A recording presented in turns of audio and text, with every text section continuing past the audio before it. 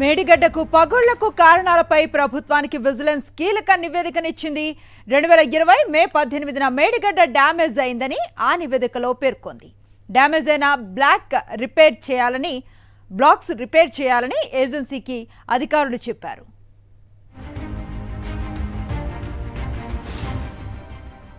ఇదే అంశానికి సంబంధించిన మరింత సమాచారాన్ని మా కరెస్పాండెంట్ శేఖర్ అందిస్తారు.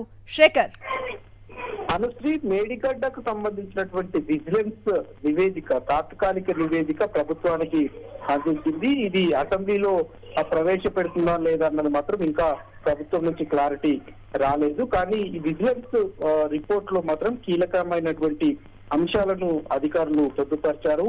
మేడిగడ్డ డ్యామేజ్ అన్నది ఏదైతే అందులో వాడినటువంటి కాంక్రీట్ కావచ్చు, సిమెంట్ కావచ్చు, మిగతా అంశాలు ఏవైతే ఉన్నాయో ఆ టెక్నికల్ కి సంబంధించినటువంటి వైఫల్యం ఎంత మేరకు ఉందో మానవ తప్పిదం కూడా అంత మేరకే ఉంది అన్నట్లుగానే విజిలెన్స్ రిపోర్ట్ లో చాలా స్పష్టంగా పేర్కొనడం జరిగింది. 2020 మే 18నే మేడిగడ్డకు సంబంధించినటువంటి డ్యామేజ్ అంతా జరిగిందని, ఆ పిల్లర్ నెంబర్స్ క్రాక్ బ్లాక్లు ఏవైతే ఉన్నాయో అవి 7 నుంచి 21వ పిల్లర్ వరకు క్రాక్లు వచ్చాయన్నటువంటి అంశాన్ని అందులో పేర్కొంటారు. అదేవిధంగా ఏజెన్సీ షిప్స్ కావచ్చు, ఆర్ఆర్ పిచ్చింగ్ సంబంధించినటువంటి అంశాలు ఏవైతే ఉన్నాయో అవి అధికారుల దృష్టికి వచ్చినా, ఏజెన్సీ దృష్టికి వచ్చినా వాటిని ఎక్కడా కూడా క్లియర్ చేయకుండా నిర్లక్ష్యం వహించారన్న అంశాలను కూడా అందులో పొందుపరచడం జరిగింది. అదేవిధంగా ఏజెన్సీ యొక్క నిర్లక్ష్యం చాలా స్పష్టంగా కనిపించింది. అధికారులు, ప్రభుత్వం పలుసార్లు ఏజెన్సీకి విజ్ఞప్తి చేసినా కూడా ఏజెన్సీ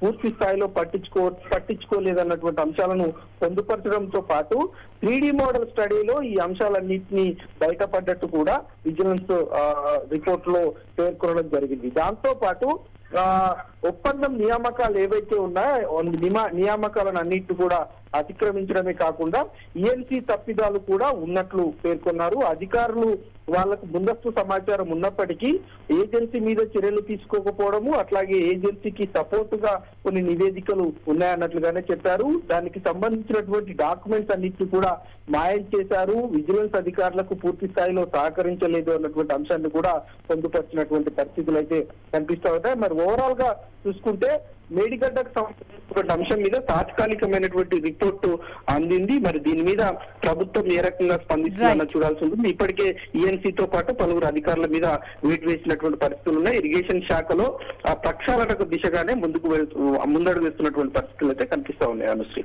థ్యాంక్ యూ శేఖర్.